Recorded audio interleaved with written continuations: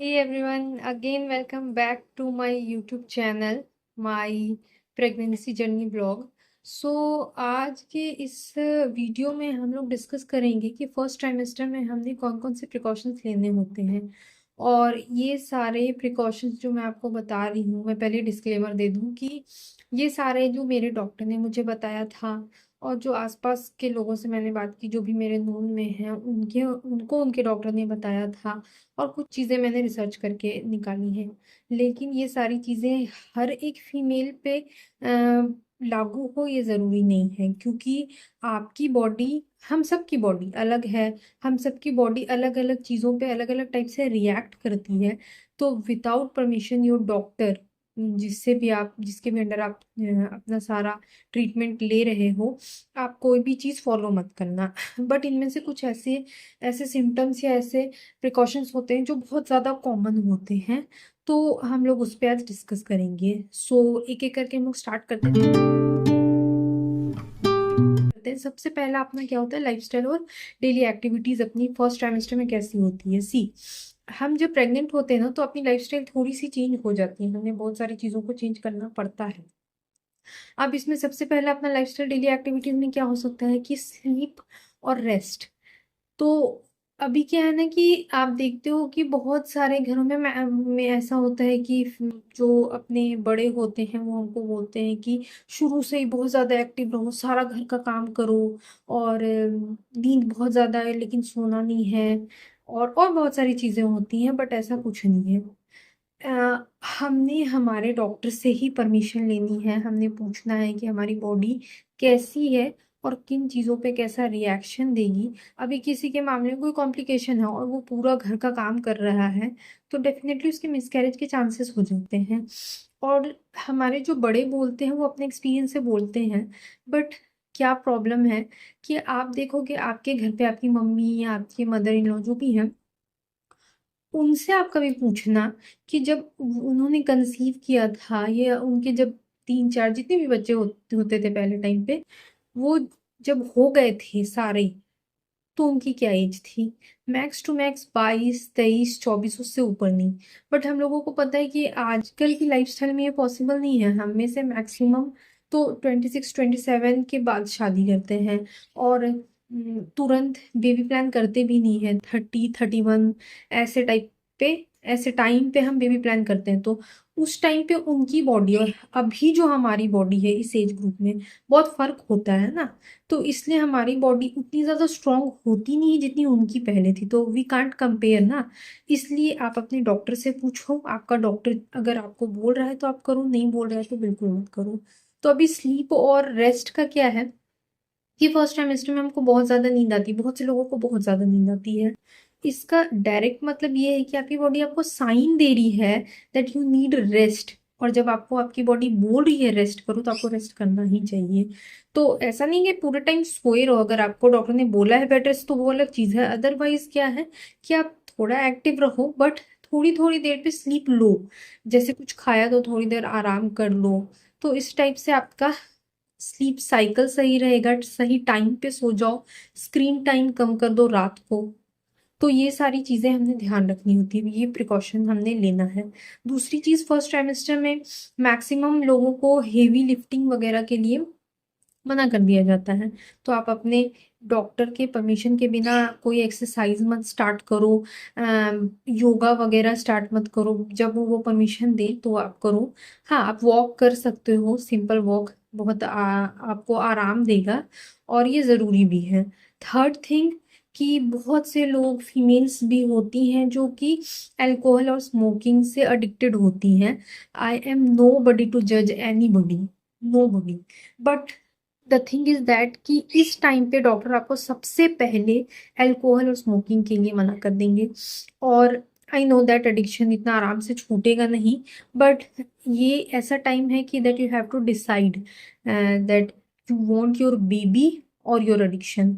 सो यहाँ पे आप कोई कॉम्प्रोमाइज़ नहीं कर सकते। अल्कोहल और स्मोकिंग में नो मीन्स नो होता है। तो आपको हमेशा ध्यान रखना है कि अल्कोहल और स्मोकिंग बिल्कुल। ओके, सो अपना सेकेंड प्रिकॉशन होगा कि हमने जो फर्स्ट ट्राइमेस्टर में हमको सिम्टम्स आते हैं, उसको अपने लाइफस्टाइल से हम कैसे कंट्रोल में ला सकते हैं। सी फर्स्ट ट्राइमेस्टर में जो है ना हमारे हॉर्मोन्स जो होते हैं वो अपने पीक पे होते हैं। ऐसा नहीं है कि फर्स्ट में सब टाइम पे होता है, बट इस टाइम स्टार्ट होता है तो हमारी बॉडी को उन हॉर्मोन्स के साथ एडजस्ट करने में थोड़ा सा टाइम लगता है। सेकेंड ट्राइमेस्टर तक हम यूज टू हो जाते हैं। तो अब हम ऐसा क्या क्या करें कि इन सिम्टम्स को हम कंट्रोल में रख सकते हैं। जैसे कि हम लोगों को बहुत ज़्यादा फर्स्ट ट्राइमेस्टर में बहुत से लोगों को उल्टी आती है, चक्कर आता है, तो अभी क्या करें। हम लोग जानते हैं ना कि हमारे घर वाले हम लोगों को शुरू से ही बोलना स्टार्ट कर देंगे कि अभी आपको 2 लोगों का खाना खाना है, सिर्फ एक से नहीं चलेगा, खूब सारा खाना खाओ, खूब सारा खाना खाओ। ऐसा कुछ नहीं है। अभी जैसे हम 2 रोटी खा रहे हैं और हम 4 रोटी स्टार्ट करें, नहीं ऐसा नहीं करना है हमको। क्योंकि क्या है ना कि अभी जो है ना हम एक साथ बहुत सारा पोर्शन जब खा लेंगे ना एक ही बार में, तो अपनी बॉडी उसको डाइजेस्ट नहीं कर पाएगी और फिर हमको उल्टी होगा, फिर हम परेशान होंगे इस चीज से। तो हमने क्या करना है, इसको कंट्रोल करने के लिए हमने स्मॉल पोर्शन में खाना खाना है। हर 2 से 3 घंटे पे थोड़ा थोड़ा खाना खाना है। तो अपना जो बॉडी की रिक्वायरमेंट है वो भी पूरी हो जाएगी। दूसरी चीज कि अपना जो बॉडी में जो खाना जा रहा है वो धीरे धीरे आराम से डाइजेस्ट भी हो जाएगा, तो हमको जो वोमिटिंग वगैरह की प्रॉब्लम होती है वो काफी हद तक कम हो जाएगी। ठीक है। दूसरी चीज, हमने स्पाइसी फूड नहीं खाना है। अब ऐसा नहीं किसी कोई प्रॉब्लम होगी, बहुत से लोगों को इस टाइम पे हार्ट बर्न, एसिडिटी, गैस की प्रॉब्लम होती है, तो हम जितना ज्यादा स्पाइसी फूड खाएंगे ना तो अपनी बॉडी को उसको डाइजेस्ट करने में उतना ज्यादा टाइम लगेगा, जिसकी वजह से उनको एसिडिटी वगैरह ज्यादा होगी। तो अगर हम बिल्कुल हल्का खाना खाते हैं और जो भी प्रोटीन रिच फूड, जो फाइबर रिच फूड खाते हैं, तो इससे हमको फायदा ज्यादा होता है। दूसरी चीज क्या होता है कि जब आपका प्रेगनेंसी स्टार्ट होता है ना, तो कॉन्स्टिपेशन जो होता है ये बहुत कॉमन होता है, बहुत ज़्यादा कॉमन। लेकिन हम बहुत परेशान हो जाते हैं कॉन्स्टिपेशन की वजह से।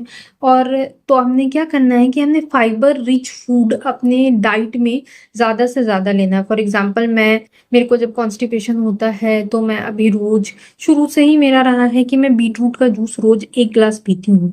अब इससे मेरे को फायदा क्या होता है कि मेरे को शुरू के कुछ टाइम पे कॉन्स्टिपेशन रहा, लेकिन उसके बाद से अभी तक मेरे को कॉन्स्टिपेशन नहीं हुआ। कॉन्स्टिपेशन की वजह से आपको सेकंड ट्राइमेस्टर में बहुत सारी चीजें हो सकती है, बहुत सारे प्रॉब्लम, फॉर एग्जांपल पाइल्स वगैरह भी हो सकता है। तो हमने शुरू से ध्यान रखना है कि कॉन्स्टिपेशन हो नहीं, इसलिए हम फाइबर रिच फूड को ही ज्यादा से ज्यादा अपने इस डाइट में शामिल रखें। ठीक है।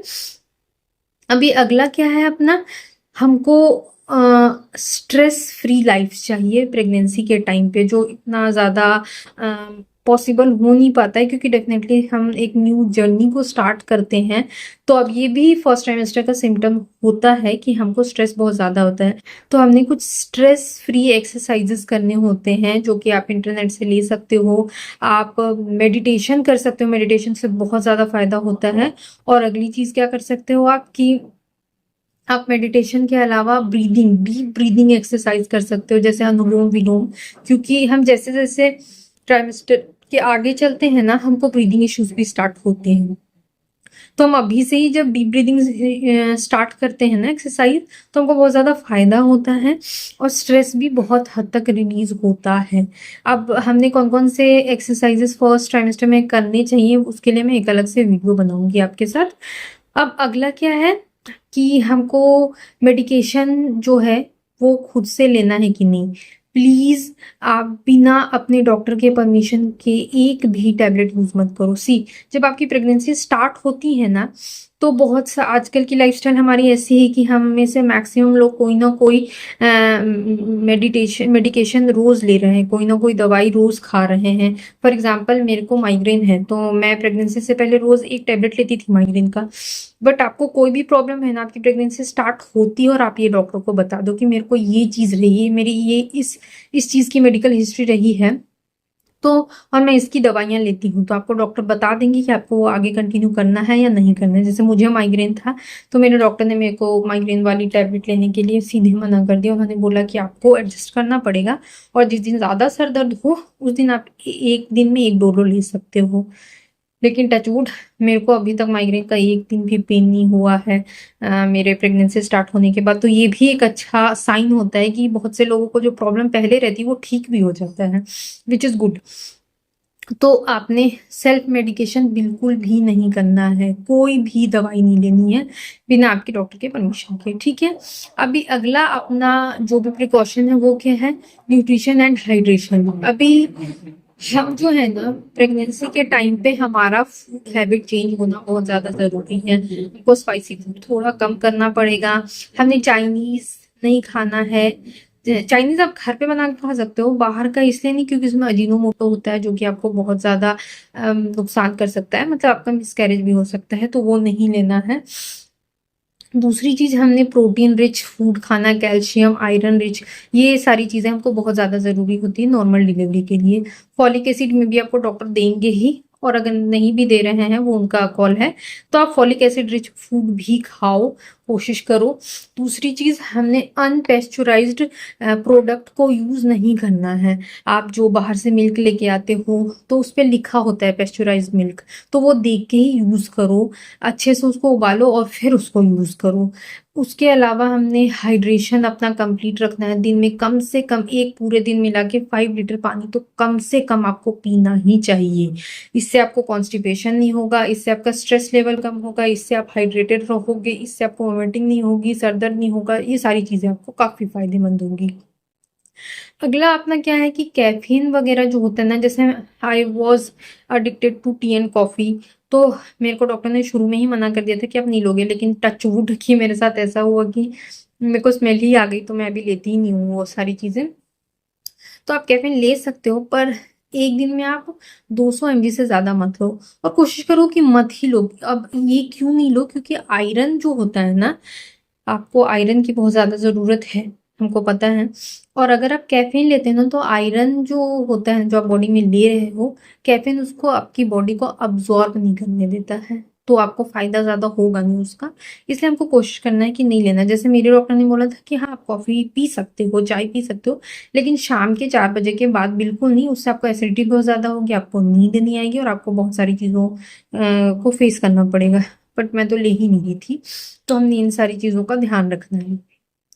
और अपना लास्ट प्रिकॉशन क्या हो सकता है कि हमने सेफ्टी देखना है अपना और अपने बेबी का सबसे पहले। अब इसमें क्या क्या चीजें आ जाती हैं, जैसे कि हम ट्रैवल कर रहे हैं, तो हमको पूरी प्रेगनेंसी अपने डॉक्टर के परमिशन के बिना ट्रैवल बिल्कुल से भी नहीं करना है, किसी भी इस सूरत में नहीं। आप अपने डॉक्टर से पूछो, अगर वो बोल रहे हैं आप ट्रैवल कर सकते हो बिल्कुल करो, अगर वो मना कर रहे हैं तो आप रिस्क मत लो, स्पेशली इन फर्स्ट ट्राइमेस्टर बिल्कुल रिस्क मत लो। आप ऐसी जगहों पे मत जाओ बाइक में या ऑटो वगैरह में भी जहाँ पे आपको जर्किंग हो, क्योंकि फर्स्ट ट्राइमेस्टर बहुत ज्यादा कॉम्प्लिकेटेड होता है और आपकी बॉडी बहुत ज्यादा इस टाइम पे सोफिस्टिकेटेड हो जाती है, तो आपको इस बात का ध्यान रखना है। दूसरी चीज, आपके आसपास कहीं भी केमिकल यूज हो रहा है प्लीज उससे दूर रहो, कि भाई हमारी तो प्रेगनेंसी चल रही है और हम घर पे पेस्ट कंट्रोल करवा लें और घर पे ही रहें, ऐसा नहीं करना है। जितना ज्यादा आप केमिकल एक्सपोजर से दूर रहो उतना ज्यादा अच्छा है आपके लिए। और थर्ड थिंग इज कि कोई भी इन्फेक्टेड इंसान के आसपास मत रहो, किसी को जुकाम है और हम वहाँ बैठे हैं, प्लीज दूर रहो। 2-3 दिन उनको जब तक जुकाम ठीक ना हो जाए, या कोई भी इन्फेक्शन है किसी को, तो वहां से आपको दूर रहना है। तो ये कुछ प्रिकॉशंस थे जो मुझे पता था, मुझे मेरे डॉक्टर ने मना किया था, वो मैंने आपको बता दिया। आपका मेरे लिए कोई सजेशन है या आपको मुझसे कोई क्वेश्चन पूछना है, तो आप कमेंट बॉक्स में जाके क्वेश्चन पूछ सकते हो, या मुझे मेरे को कोई सजेशन दे सकते हो जो आपका एक्सपीरियंस आपको बताता है। और तब तक मेरे साथ जुड़े रहिए, और please do like share and comment to my channel and also subscribe. और मिलते हैं हम अपने अगले वीडियो में, तब तक के लिए बाय बाय।